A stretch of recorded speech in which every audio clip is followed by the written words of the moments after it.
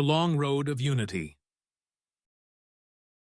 Why America Cannot Afford the Luxury of Division. By Elias Winter, September 17, 2025. Read by an automated voice.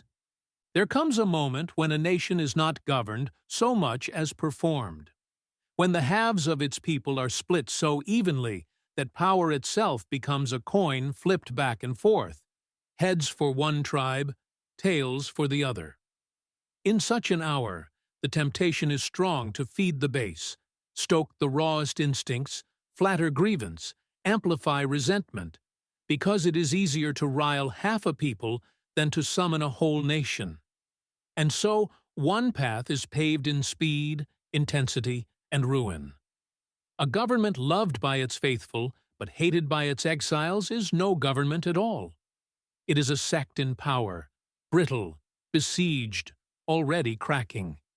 It rules over a landscape where half the citizens pray for its failure, where every success is met with suspicion, where every policy is interpreted as theft. Such a country has already surrendered the deeper contest, because unity is not an ornament of strength, it is its foundation. This fragility is not abstract. It is something ordinary Americans feel in their lungs. It is as if the air itself has grown thinner, as if to live in the country today is to breathe through grief. To speak freely once gave relief, like opening a window. Now, even silence feels heavy. This suffocation is not weakness. It is the testimony of millions who watch with heartbreak what the nation is becoming. Do not mistake their quiet for absence. They are here, watching, waiting, suffocating. The danger is not only inward.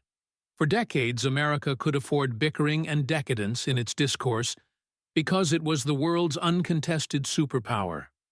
But those days are gone. The world is shifting toward a multipolar order, China and Russia aligning, BRICS rising, the dollar's dominance shaken, rivals thinking in decades, while America stumbles from one partisan convulsion to the next. In such a moment, division is not just embarrassing, it is existential. A fractured people cannot withstand the slow, coordinated patience of rivals who act as one. And yet the system seems determined to deepen the fracture. Authoritarianism does not begin with its ultimate cruelty. It begins with rehearsal. Freedoms stripped one by one, each step presented as necessary, each restriction as temporary, until the stage is set for the true performance. That is the deepest fear, that we are watching not just politics, but a play in rehearsal, a society preparing its own sacrificial altar. Decline has its rituals. A nation that cannot renew itself begins to offer up its people instead, hoping appeasement will stay the gods of power. That is not renewal. That is surrender. There is another path, but it is slower, lonelier, rarer.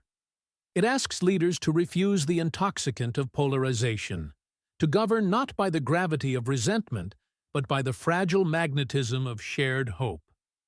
It is a harder art, appealing to the best instincts, not the worst, planting seeds that will not sprout before the next election, choosing the patience of builders over the applause of mobs.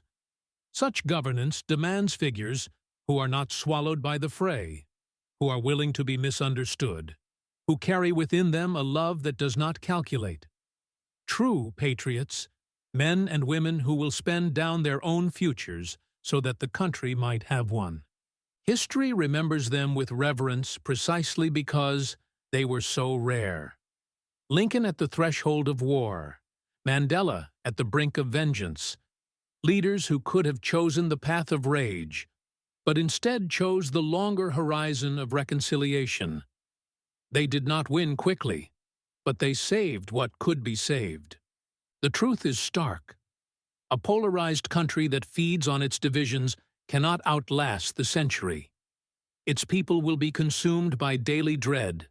Its politics will become a theater of mutual sabotage. Its rivals will wait patiently for the fruit to drop. Only the path of unity, difficult, unglamorous, sacrificial, offers endurance. To govern a fractured people as one is not merely a political task, it is a spiritual calling. The call remains: resist the easier fire, walk the longer road. Believe that a nation can still be bound together not by resentment, but by its highest dream. The silent millions are not gone. They are waiting to breathe freely again. Elias Winter, author of Language Matters, a space for reflection on language, power, and decline. Thanks for reading Language Matters. Subscribe for free to receive new posts and support my work.